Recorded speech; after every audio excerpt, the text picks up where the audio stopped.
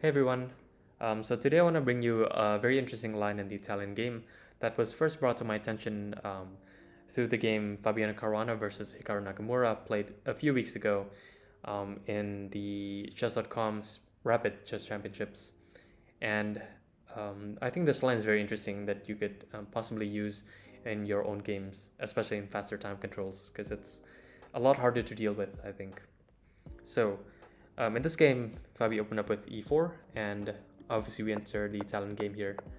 And after bishop c5, c3, knight f6, the most common move here is to play d3 and just enter the slow Italian, keeping the tension on the board. But in this game, d4 was chosen, and I thought this line was like quite dead and like drawish. But after e takes d4, c takes d4, bishop b4, the main move by far is to play the move bishop d2. But the reason that I thought this line was dead is because after knight e4, bishop takes b4, and knight takes b4, there's this tactic to go for bishop f7, king f7, and queen b3 with a fork on b4 and the king. But after king f8, queen b4, and queen e7, there's a threat of a discovered attack here, and so white has to trade here on e7, and this looks completely drawish, very dry here, um, nothing much to worry about. So I thought this line was completely dead, but the move here that was chosen by Fabiano was knight bd2, which I've never seen before, to be honest, before this. And there are two moves here. There is the move d5, very principled, or also the most principled move, which is just to take the pawn on e4. And we'll see later what happens after d5, but as for now, we'll just continue the game.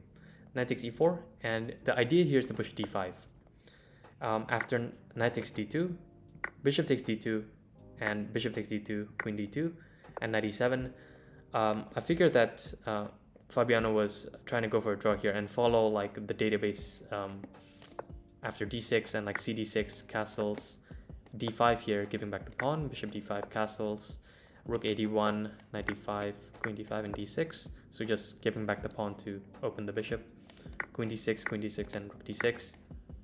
And obviously this position is completely drawish, like there is no pressure on the position at all, and black's completely fine here.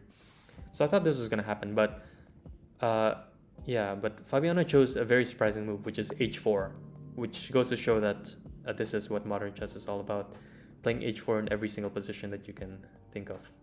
And after d6, stopping any ideas of d6 by white also, h5 was played. So obviously the idea or the intention is just to push the pawn forward one more square to weaken the king side of black's pawns and black's position. But after h6 and castles long, castles and rook d to g1. So the idea is fairly obvious. White just wants to push g4, g5, open up the g file, and just mate the black king.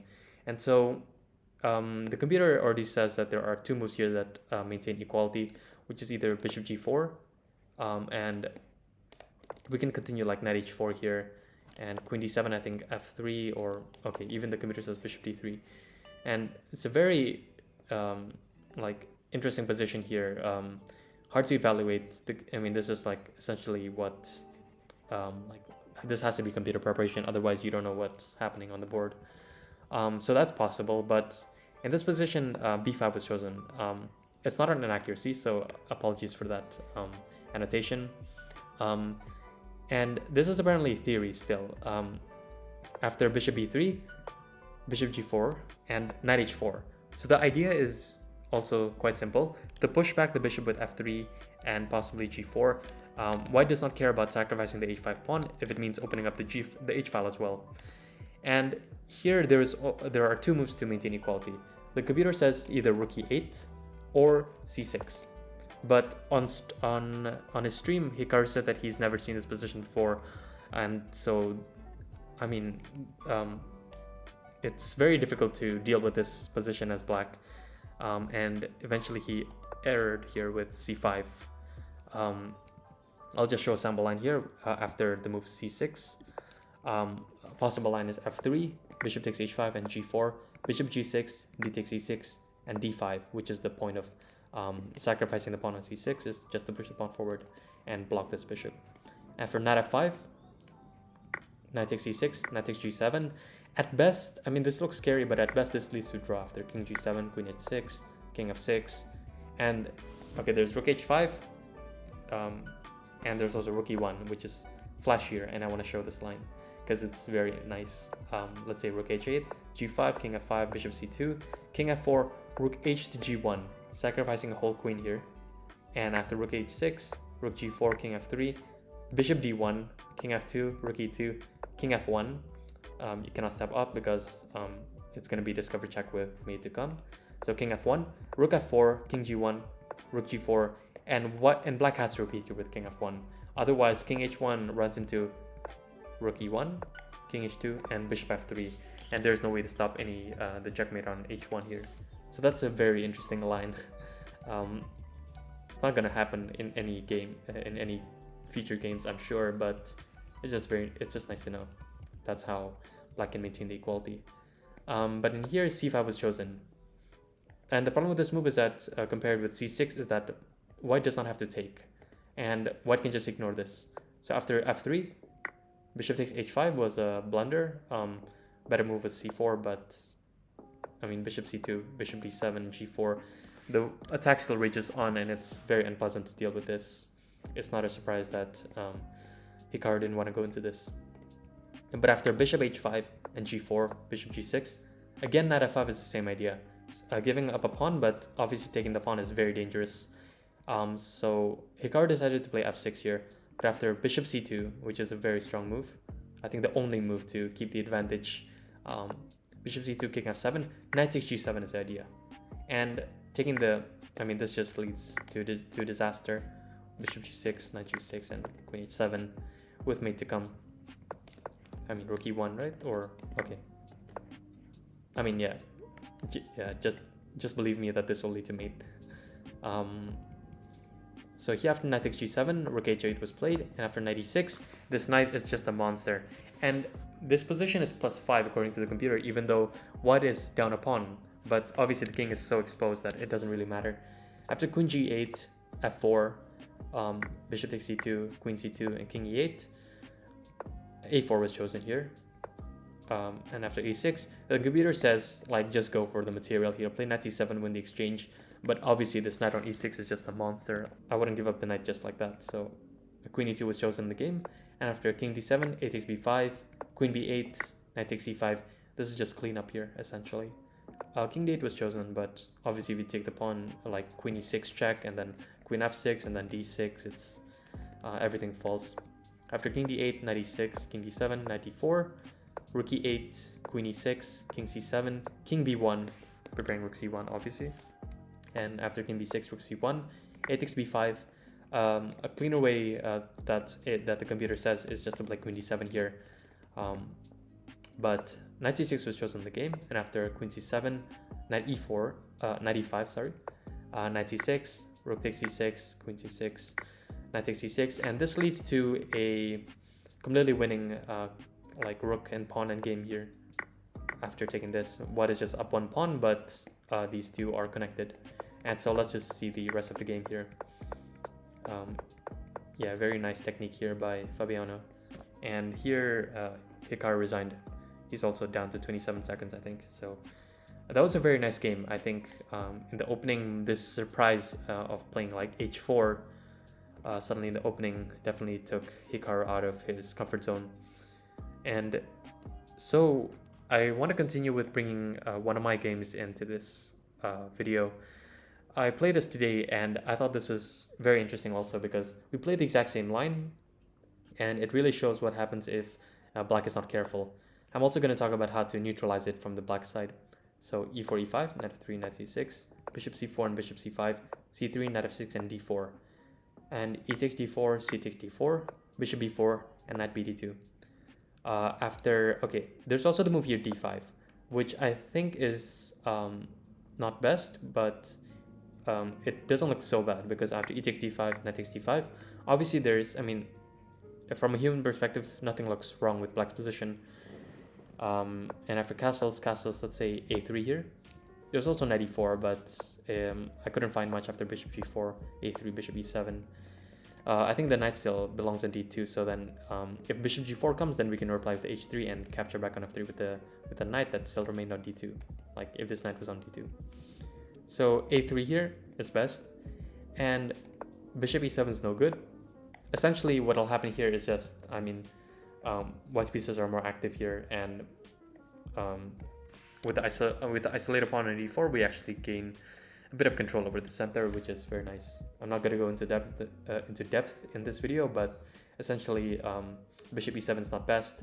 So bishop d2 is possible, and after bishop d2 and bishop g4, h3, bishop h5, g4, bishop g6, and rook e1, knight b6, bishop a2, knight takes d4, knight takes d4, and queen takes d4. The computer says that this is slightly better after bishop c3, queen d1, and rook 8 takes d1. And at first glance, it doesn't make sense. But if you try to inspect this a bit further, something as simple as rook a8 is already a mistake here. Because this looks natural, but after we exchange here on d8 and f4, f5 is suddenly a threat. This bishop is kind of facing some troubles. And we're preparing the rook to infiltrate on e7 here. And these pawns are quite weak. And this bishop is nice. So essentially that's one of the dangers that could happen, but simple move like rook ac8 here, rook ac8 here seems to be fine for black objectively. So that's what could happen after this d5 move. There's some dangers that blacks need to avoid, but objectively it's fine. There's also the move knight takes e4, which is played in the game, and after d5, knight takes d2. So there's also this move knight e7. And one moment. Oops, sorry, I actually activated Siri. So yeah, in this line, knight e7, we cannot force our way through by playing, for example, if we want to force castling, then we have to do something like a3, and I've gotten this line before in the past, and like forcing castling here, and we get a similar position to the game, but the difference is that we played a3, we have not included h4, so we've essentially wasted 2 tempi compared to the original position, and this is no good. So essentially in this line, we're kind of forced to, after knight e7, we're kind of forced to castle here, but to castle short, which is not ideal if you want to attack and cause black a lot of problems. But after, let's say knight takes d2, bishop d2, there's just line bishop d2, and then d6 is a nice surprise. Just see d6, queen takes d2. D5 is possible, and then we play bishop b3. So either bishop b3 now, or like after castles, then rook e1, d5, and then bishop b3. Very similar positions as you see, and white is down 2 pawns, but this bishop is going to be monster on c2 possibly. The rooks have really nice open files here to work with. Rook ad1's coming.